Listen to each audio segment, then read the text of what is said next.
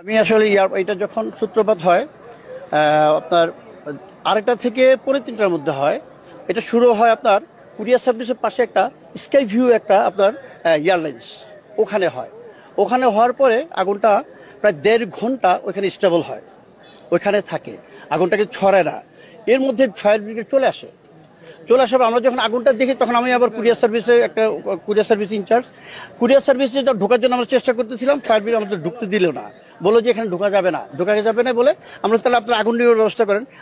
উনি বলে যে আমরা পারমিশন পাচ্ছি না সিভিলিউশনের।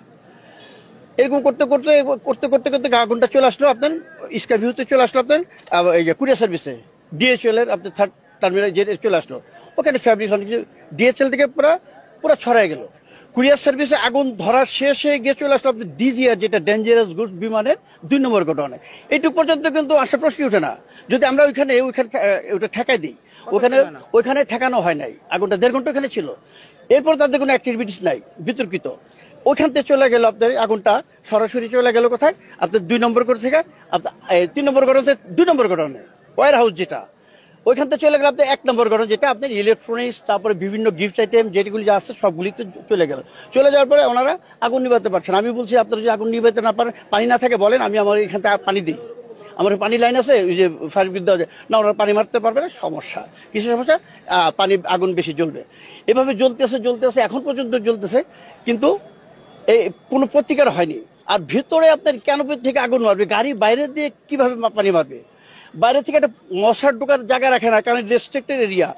ওখান থেকে পানি আমি কিভাবে মারবো? আমার মারতে হলে আমি ক্যানোপিতে ঢুকে যাবো, 8 নম্বর গেট দিয়ে ঢুকে, আমার পুরো ওপেন, তখন আমি গাড়ি পুরো ভিতরে ঢুকাই দিয়ে তখন পানি মারবো, আগুন নিবে।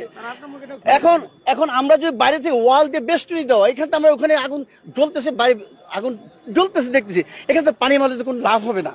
কিন্তু তারপরে এখনো কিন্তু আপনার ফায়ার ব্রিগেড সব বাইরে, আগুন এখনো জ্বলতেছে, তারা ক্যানোপিতে এখনো ঢুকে নাই। আগুন কিন্তু জ্বলতে নিপতেছে, এইভাবে চলতেছে। আর তো আমরা যদি প্রথমেই ক্যানোপিতে ঢুকে আগে পানি মারতো, আমাদের ওইখানে বন্ধ হয়ে যেত, তাহলে আমাদের এখানে আর এতটুকু ক্ষয়ক্ষতি আসে না। হ্যাঁ, সহজে। এর চেয়ে বড় 1913 সালে যেটা কুরিয়ার আগুন লেগে এর চেয়ে ভয়াবহ আগুন হয়েছিল, কিন্তু তখন আমি প্রেজেন্ট ছিলাম কুরিয়ার সার্ভিসে। আমরা আগুনটাকে এদিক থেকে প্রটেক্ট দিচ্ছি, যাতে এদিকে না আসে, যাতে কেমিক্যাল গোডাউন না আসে। তখন কিন্তু আমরা পারছিলাম, এবার আমাদেরকে ঢুকতে দেওয়া হয় নাই, আমরা পাইনি, এবার কেউ পারে নাই। আগুন নিজ গতিতে জ্বলে পুরা ধ্বংস হয়ে গেছে, হাজার কোটি টাকা ধ্বংস হয়ে গেছে।